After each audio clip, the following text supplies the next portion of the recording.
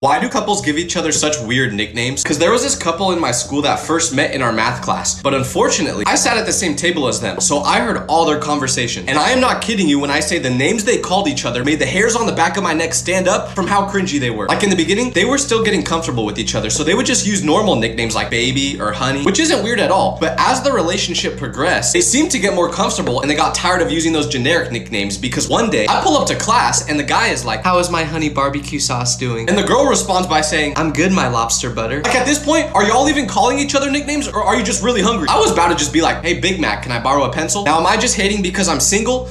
Yeah. Now watch the next part by pressing share and more.